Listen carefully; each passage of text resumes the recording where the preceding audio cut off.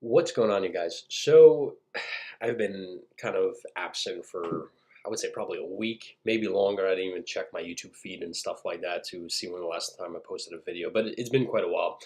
And I'm recording this a little after midnight. It's been a crazy week. I moved, school, work, military, had a whole bunch of stuff, so I was just literally, incommunicado. Um, but couple cool things I just want to let you guys know. I actually did an interview for the next episode of Single Malt Strategy.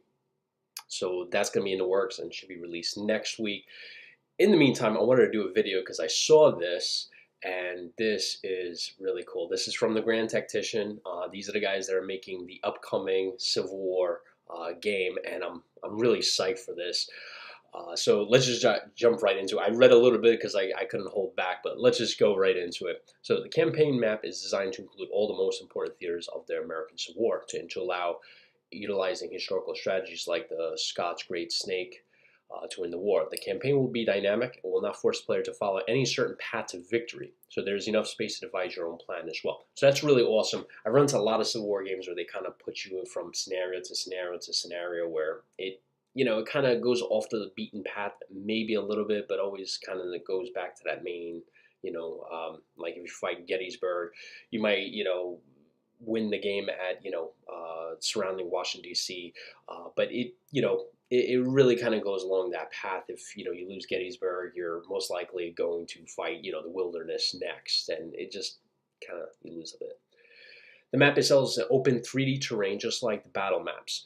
Same tools as in the battle layer are used to make the armies and fleet interact with the map and terrain. So this is really interesting because if you go into my previous videos, they actually showcase some of the battle in the tactical map, where you could zoom in and out from the like strategic layer all the way down to where the troops are. So this is going to be really cool because it looks like they're going to add a similar effect to this strategic screen. So that's going to be real cool. This means that dense forests, swamps, mountain ranges, and wide rivers will have a real effect on troop movement.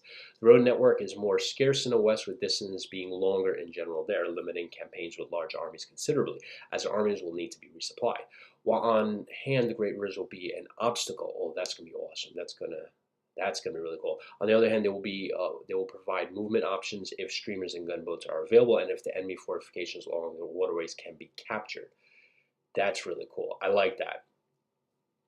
To get the campaign map right, we've used real elevation data in making the height map. That's really cool. On this terrain, we have built and incorporated data such as climate map, forest map, a map of rail lines, and road network maps, and most important, infrastructure like cities, towns, ports, bridges, ferries, etc., with the skill of the map taken into account. Wow, that's holy shit. That's wow. That's a lot of data. To make a game is an obstacle. It is a process, and it's a complicated process. And requires a lot of hard work to take all this extra data of climate map, the forest map, the rail lines look like back then, the road network. Damn, there. Wow.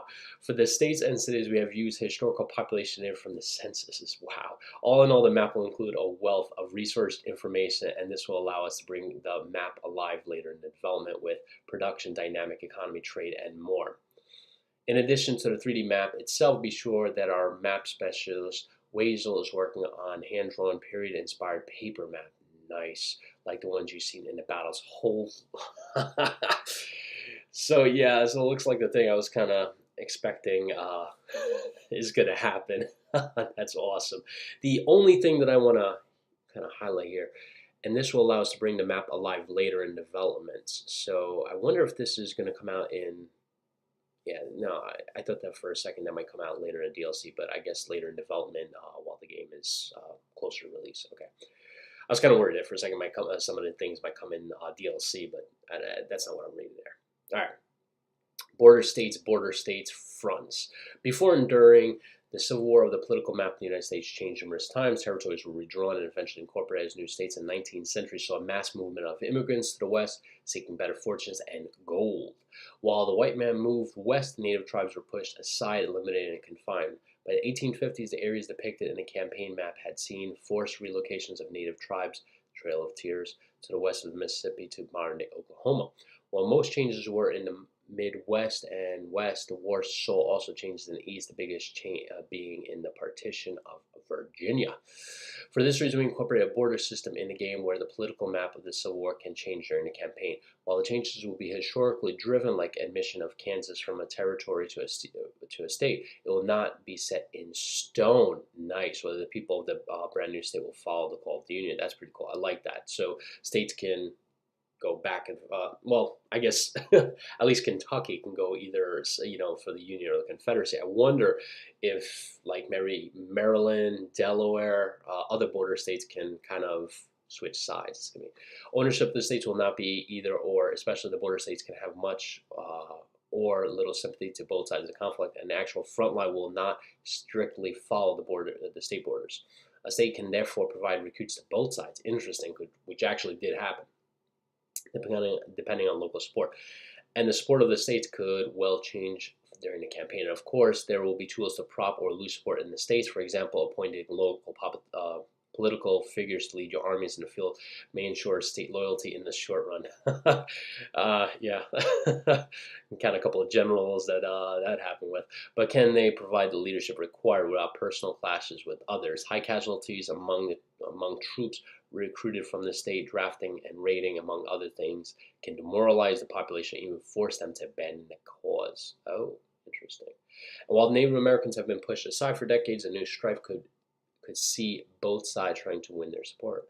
The campaign map will not cover the whole North America, let alone the world, but the map is not isolated from the rest of the world. Both sides of the war can interact via politics and trade, via trade nodes with other nations, and trails like the Oregon Trail lead west, where there is much to trade, and of course, this trade or prevention of it can be a key element in your campaign strategy. One of the quite unique features in the Civil War campaign map and the campaign itself is the weather. While in battles, weather plays a crucial role, as explained in a previous gameplay video.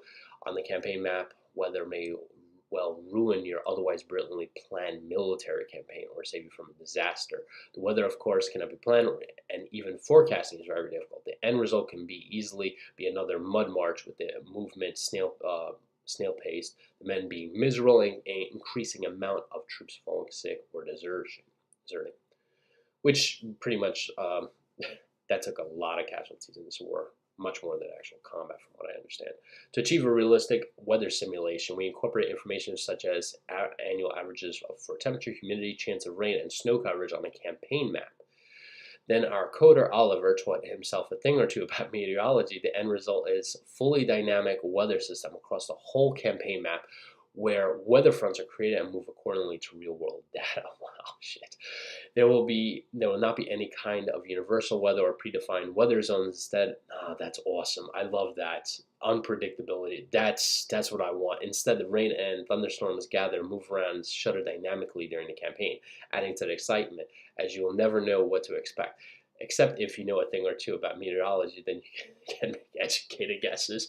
And it's not all about rain and misery either. Temperature plays a role, including the chance of snow during wintertime.